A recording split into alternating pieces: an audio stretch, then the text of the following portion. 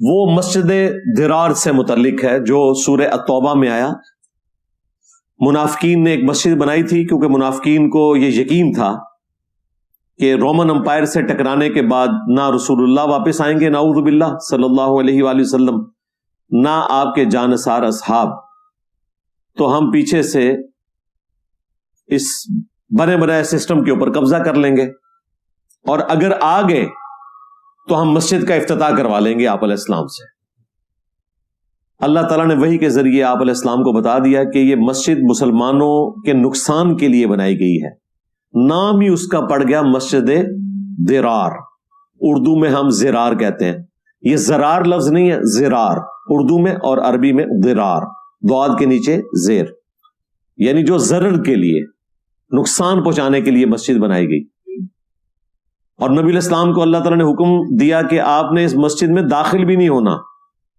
افتتاح تو دور کی بات ہے، یہ مسجد مسلمانوں کے نقصان کے لیے بنائی گئی ہے.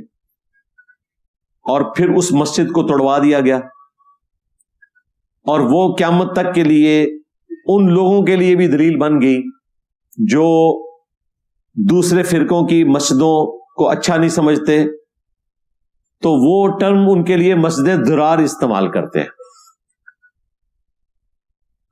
انڈیا میں جب تبلیغی جماعت کے دو ٹکڑے ہوئے تو ایک پارٹی نے اپنی الگ مسجد بنائی، تو انہوں نے اس مسجد کو مسجد درار کہنا شروع کر دیا. جو دوسری جماعت کے لوگ تھے، فرقہ بھی ایک دیوبندی، صرف تبلیغی جماعت کے دو ٹکڑے ہونے کے اوپر منافقین کی مسجد کے ساتھ تشبیہ دے دی.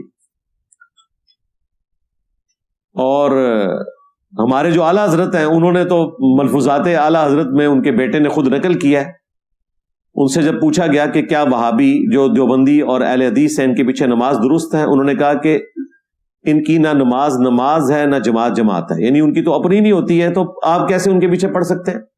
پھر پوچھا گیا ان کی مسجد میں پڑھ لیں اپنی، تو انہوں نے کہا کفار کی مساجد مثل گھر کے ہیں، یعنی جس طرح گھر میں بھی مجبوراً نماز ہو جاتی ہے تو ان کافروں کی مسجدوں میں بھی نماز ہو جائے گی. کافر کسے کہا؟ دیوبندیوں کو اور اہل حدیث کو. اور ان کی عبادت گاہ کو مسجد کہا، حالانکہ عبادت گاہ کہنا چاہیے تھا. جس طرح ہم قادیانیوں کو مسجد نہیں لکھنے دیتے، وہ بیت الحمد لکھتے ہیں. تو اعلیٰ حضرت سے ہمیں اختلاف ہے، ان سے ہی ہم نے یہ چلاکی سیکھی تھی. کفار کی مساجد نہیں ہوتی اعلیٰ حضرت صاحب، اور ان کے ماننے والوں اپنے اعلیٰ حضرت کی اصلاح کرو، کفار کی عبادت گاہیں ہوتی ہیں.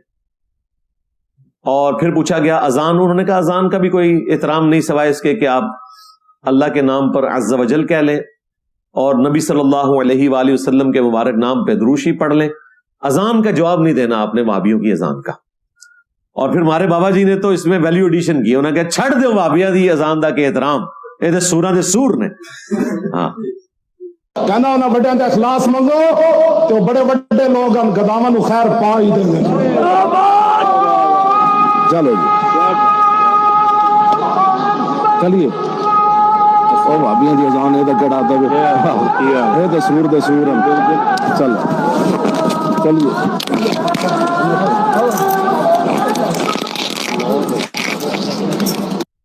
تو یہ بابا جی نے جو کچھ کہا وہ اعلیٰ حضرت کی تعلیمات کے مطابق کہا، قرآن و سنت کے مطابق نہیں. تو یہ ذکر کرنا یہاں پہ ضروری تھا. اس